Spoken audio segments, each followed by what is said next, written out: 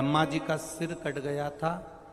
काल भैरव को भगवान शंकर ने प्रकट कर दिया था और काल भैरव ने जाकर ब्रह्मा जी को अपने हाथ की उंगली का नख तोड़कर उनका शीश काट दिया था। काल भैरव, जब काल भैरव ने शीश काट दिया, शीश कट गया,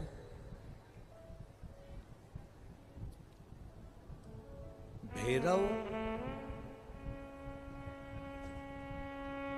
काल भैरव का आदर, सम्मान, सत्कार सभी देवताओं ने किया।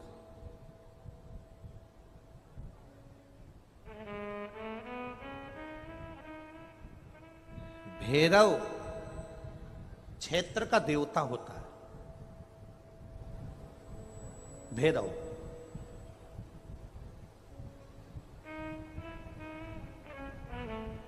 64 तरह के भैरव होते हैं। कितने तरह के? 64। 64 तरह के भैरव होते हैं और 64 तरह के भैरव, जितने भैरव होते हैं उतनी भैरवी होती है। क्योंकि शिव के साथ शक्ति जरूरी है, भैरव के साथ भैरवी जरूरी है। क्योंकि भैरव शंकर भगवान का एक अंश रूप है, क्योंकि शिव ने उसको प्रकट करा। हाँ, दुनिया के लोग भले भैरव जी को बदनाम करने में लगे, ये तो शुरू से चला आ रहा है। भैरव जी को कोई बीड़ी पिला देता है, कोई सिगरेट पिला देता है, कोई कह देता है कि भैरव बाबा को तो बीड़ी दे दो, भैरव बाबा को तो सिगरेट दे दो। ये ढोंग और प्रपंच मेरे शंकर की कथा में नहीं है।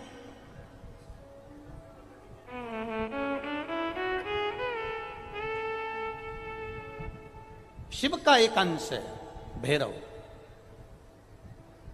काल भैरव जो प्रकट हुआ वो शंकर भगवान का एक अंश है।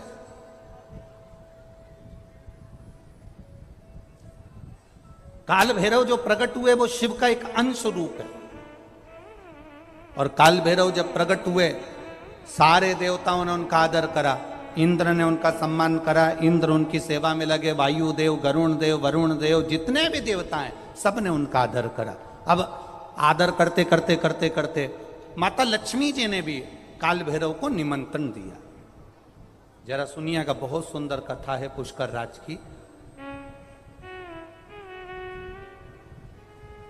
इस कथा को अपनी जिंदगी में उतारना जरूर। काल भैरव का निमंत्रण माता लक्ष्मी जी ने दिया और माता लक्ष्मी जी ने काल भैरव को निमंत्रण दिया कि काल भैरव आप बैकुंठ में पधारो और बैकुंठ की भूमि को आप पधार कर आनंदित करिए। तो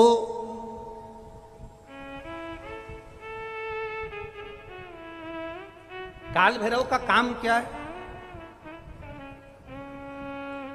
काल भैरव का कार्य क्या है? ये यहाँ राजस्थान की भूमि पर तो वैसे भी भैरू जी के मंदिर बहुत है। बोलो सही है कि गलत है?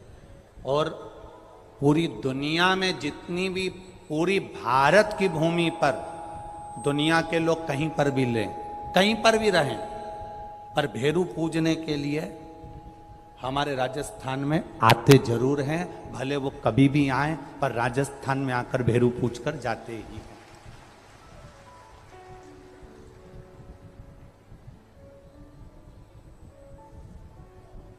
भैरव का काम क्या है?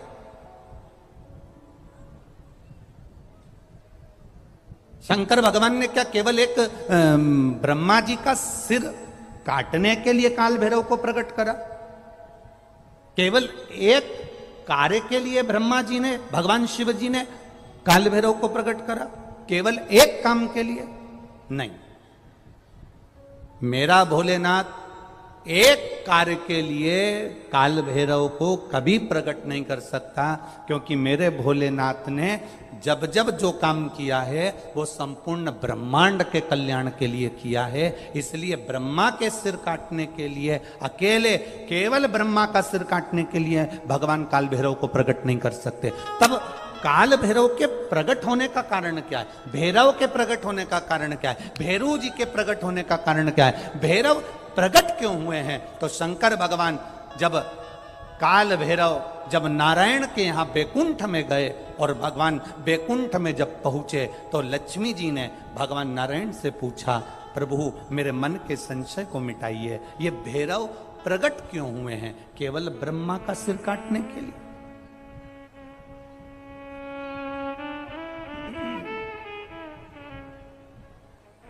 क्या ये ब्रह्मा जी का सिर काटने के लिए प्रकट हुए? आखिर भैरव प्रकट क्यों हुए? केवल एक ब्रह्मा का सिर काटने के लिए?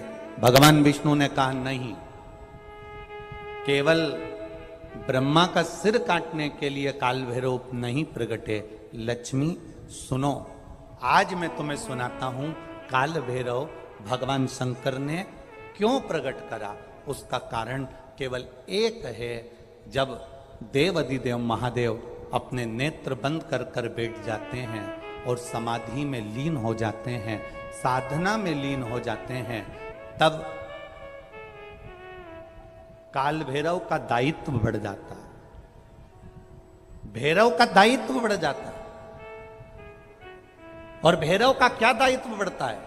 तो सुनो लक्ष्मी, भैरव का दायित्व यह बढ़ जाता है कि जो शंकर के शिवालय में पहुंचता है, जो शंकर के शिवालय में पांव रखता है, जो शंकर के शिवालय में अंदर पहुंचकर शिवालय में अपना चरण रखते रखते रखते रखते देहली से जब अंदर जाता है और शिवालय में शंकर भगवान के शिवलिंग की आराधना करता है, जल चढ़ाता है, शमी पत्र चढ़ाता है, बेल पत्र चढ़ाता है, कमल पुष्प चढ़ाता है, भगवान की श्रृंगार कर कर चंदन अबीर गंध से जो पूजन करता है भगवान की, जब वो अंदर प्रवेश करता है तो भैरव का दायित्व ये हो जाता है कि उसके दुख को भैरव उसी समय पर भक्षण कर लेता है और उसको सुख देकर भेज देता है। ये भैरव का समझ लें कि जैसे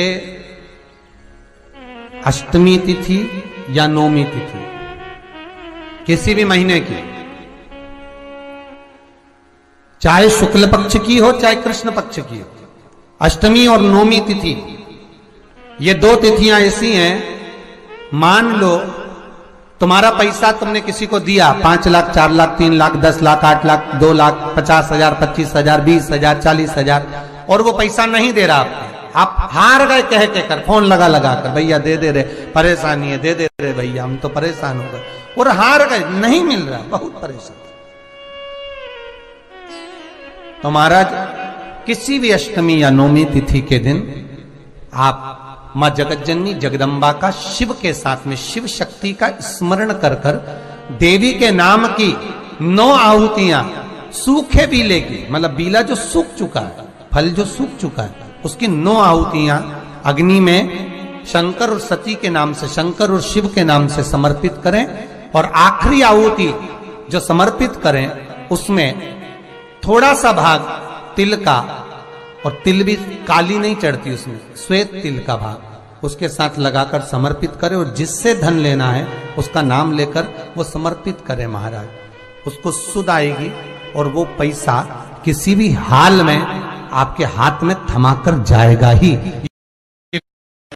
शादी नहीं हो रही है, बहुत समय से लगन देख रहे हो, शादी नहीं हो रही, बहुत समय से परेशान हो गए कि विवाह नहीं हो रहा, हम तो टेंशन में पड़ गए, लड़की 28 साल 30 साल का लड़का हो गया, विवाह नहीं हो रहा, कुछ मत करो। अष्टमी तिथि आए तो अशोक सुंदरी वाली जो जगह है वहां पर हल्दी की 7 बिंदियां लगा दो, लड़का लड़की का हाथ उस बिंदी पर रखवा दो, उसका नाम गोत्र बोलो, उसी हल्दी में उसके हाथ पीला करवा दो और पीपल के पेड़ पर उस हाथ के 5 छापे पड़वा दो, 3 महीने में विवाह पक्का हो जाता है महाराज। उसका इतना, अशोक सुंदरी के उस हल्दी का इतना प्रमाण,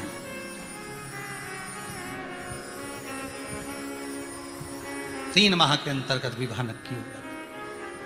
इतना इतना प्रमाण है महाराज। भगवान शिव की आराधना का कोई साधारण फल है महाराज।